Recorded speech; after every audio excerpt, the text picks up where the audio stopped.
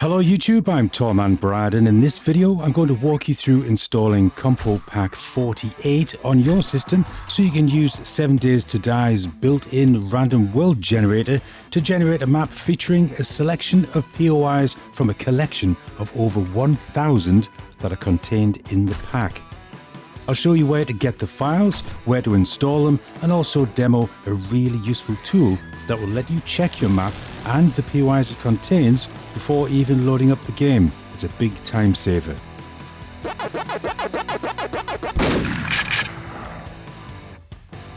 Compopack 48 comes in several formats. There's the complete version, which contains all tile sets and POIs, and then there are smaller versions of this pack that contain specific POI styles, for example, the Mega City or Asia Town. And then there's another version that contains all tile sets and POIs, but they are housed in a POI management tool called Infinity. I'll go through using Infinity with you in another video, but for the moment we'll just look at getting started with the simplest way to get some great new POIs on your own map.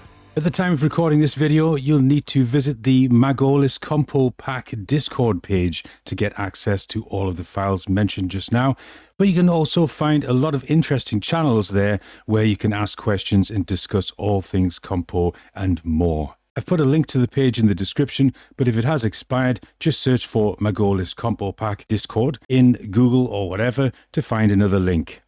When you arrive at the page, you're looking for the section entitled Downloads. Note that this may change depending on when you're watching the video, but you should still easily find it. In the Downloads section, you should see a channel called CP48 Modulet Download. Click on that. Here you'll find all of the different options for downloading the POIs and tiles contained in Compopack 48, but don't worry about the huge list. Simply scroll to the top or look around for the download named CP48 Complete. And there it is. Clicking on that will take you to the file. The hoster may change when you come to download it, and on that page, simply select to download. It'll take a few moments to download. It's around about 450 megabytes at the time of recording. Once the file's finished downloading, click on the little arrow and say Show in Folder, or just go to File Explorer and Downloads to find it there. And we'll open that up and see what we've got. This folder here is the one that you'll be moving or copying to your 7 Days to Die folder. And we know this is the correct one because if I open that up, we can see we've got the config folder and the mod info. So when you can see config and mod info, just go back one and that's the folder that you're copying across. So let's take a look at where we've got to install this folder. Things have changed a little bit since Alpha 20.4 came along. Thanks very much to Microsoft for that. It needs to now go in the app data area on your computer and not in the normal 7 Days to Die folder. If I just go down to the magnifying glass at the bottom of the screen, click on that, and then put in %app data % and hit enter, this very conveniently opens up a second window which shows me the contents of my own personal user section, then app data and roaming, and in there you can see 7 Days to Die. So this is the new location for mods and not the old system where you went into Steam apps and common and 7 Days to Die. So inside of that 7 Days to Die folder, we can see this is where it stores the generated worlds that you've made and also your saves. Now your mods folder needs to be in amongst those. If there isn't one there, if it's a fresh install, you just need to create one with a right mouse click and say new folder and call it mods. So going back to the file that we've downloaded, so this is the contents of the zip file. I can just grab a hold of that, drag that over to mods and let go, and it will start copying all of the files across. Although the download was 450 megabytes, when you decompress it into your mods folder, it expands to almost 4 gigabytes. So if you're a bit short on space, check that out before you try and do this. Once the files are finished copying across, we can just simply start up 7 Days to Die and generate a new world. I should point out also that it's worth making sure that you have EAC turned off when using any mods. I think any mods, but certainly most of the mods that I've used require EAC to be turned off. If you're not sure how to do that, when you start 7 Days to Die, choose the option to run the launcher and then click on the button that says to turn off EAC. So here we are on the game.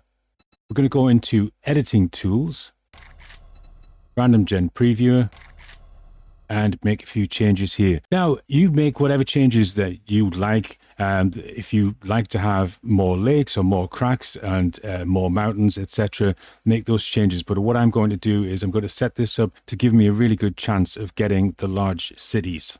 Personally, I do like mountains in the game, so I usually have that up quite high. But if I turn them all the way down, the same with hills, and turn plains all the way up, it's going to give me a pretty flat map. It's not to my taste, but it does give you a better chance of getting more cities on your map. The same thing with lakes. If we turn off lakes, then there's more space for POIs to appear, as with cracks and craters and rivers. I'm going to move towns from default up to many. I'll just leave wilderness POIs at default. I'm also going to drop the world size down just for speed. And we'll give it a seed name. It doesn't matter what it is really. And then say generate world. Now, the first part of this process will take a couple of minutes depending on how powerful your system is and what size map you've chosen. But at the end of this, there is a part where it generates a preview. And currently, there is a slight issue. Hopefully it will be resolved, but there's a slight issue where your computer may seem to freeze. At that point, and we'll see it in a moment, you have a couple of options. You can either sit and wait it out for a while, or you can do a force quit.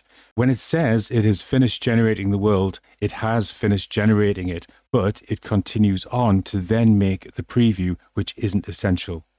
Also, while we're waiting for this to finish processing, it's worth pointing out that Compopack 48 hasn't been tested with all other overhaul mods, and there is a chance that some of them may not work. It would be worth getting involved in discussions on the appropriate overhaul mod page if you're having issues. And there we go. It says generation is complete, and it took 2 minutes 53 seconds. So it has actually made the map, and the map is safe and sound. The last time I waited for it just to complete, it took roughly another 8 minutes. But for the sake of this demo, I'm just going to quit 7 Days to Die and restart it. So now that our map has finished generating and you've either waited for it to finish doing the preview or you've quit out, whatever method you've done, your map should be fine. So let's have a look at it. %app data. % again. And inside of there, we want the 7 Days to Die folder. And in there, we can see there's our mods folder. And there's the generated worlds folder. Inside of that, the map I just created was called Saju Joe or Saju Ho. I open that up, those are the files, but it's not really giving anything away as to what the map actually looks like. So there's a very useful website which will convert this to a format where we can actually see what's on our map. I'm going to open up the internet. I'm just using Google, and there we can see there I've searched for map preview 7 Days to Die, and it's made by Kui. And when we get to the page there, we can see a sample map loaded up, a preview. And what we want to do is replace that with our own. So if I just pull mine to the front, so I'm inside of my map folder, highlight all of the files, drag them over and let go, it will draw my map. And look at that. That looks pretty insane. Very impressive. So we get an idea of what it's going to look like, particularly if your preview didn't work in the built-in random world gen. Get an idea of the shape of the map, and we've got a few things here. We can change the brightness to see what's going on a bit better. And more importantly, we can check to see which POIs are on the map. Now, I'm particularly interested in having a mega city and a Fabersville and possibly an Asia town on my map. So to find out if that's worked, where this tool really comes in useful, is if we scroll down on the right-hand side here, it does take a moment to catch up because there are thousands of things in this list here. We can scroll through this list and see these are all of the vanilla POIs and parts that are included in the map. But when we get down so far, we get to the X custom section. There we go. And these are all of the Compopack POIs that are included on this map. Now, it's going to take you a while to scroll through all that manually. So the quickest way to do this is just to ignore that list for the moment and go to prefabs filter and type in mega. Now that will show only the files that have been tagged with mega or have mega in the title. And look at that, we do indeed have a mega city, and it is massive. This is a 6K map, and it's almost half the height of the map. So that's a pretty big one. If I change that to Fab, BB, we can see we have got a Fabersville as well, which is great. And did we get an Asia town? Yes, we did. A little Asia town there as well. If there's a POI you're looking for in particular, you can just type the name in here. Or if you're looking to check that a certain designer of POIs has any of their POIs on the map. And let me have a look for Zbark. I type in Zbark, we can see all of Zbark's POIs. And if I scroll down the side here, I can actually get the full list of them as well.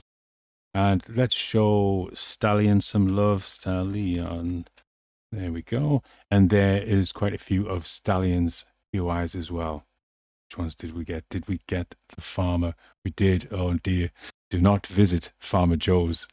It is deadly.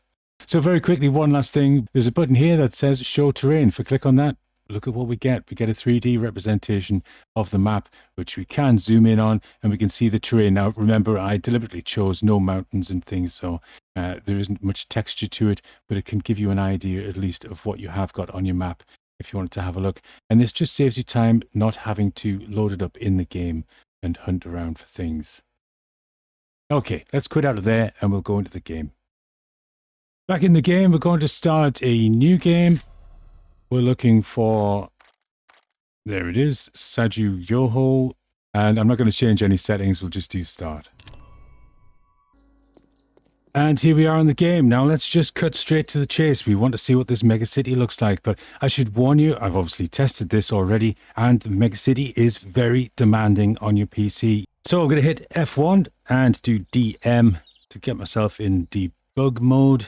While I've got debug mode on, let's go to Open POI Teleporter, and I'm just going to type in Meg. And really, any of these will probably do. Let's just pick the first one there. There we go. And we are indeed in the mega city. Get an idea of just how big this thing is. So we're at the top or the bottom. Yeah, we're right at the top of the city here. And if I just turn around and we have a look at the size of this thing, you can see there, it just goes on forever. This is the mega city.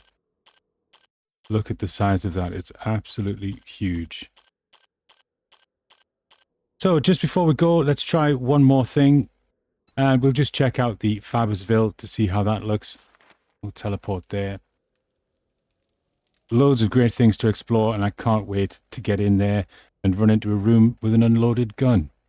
So this is a quick way of getting you started with Compopack 48. As I mentioned at the start, you can just download the individual areas if you wanted to. So perhaps just download the Asia Town and add that. Use the same technique. You won't have the megacity if you do it that way. Alternatively, you could just download the megacity files and have a chance of one of those spawning on your map. If you would like more control over which POIs spawn in your world, perhaps you don't like certain POIs or they're resource hogs and you just don't want to have anything to do with them, you can turn those sorts of things off using Infinity, and I'll be showing you that in another video. Please give this one a like if you've enjoyed it or found it useful. Check out my channel for other similar videos. See you soon. Bye bye.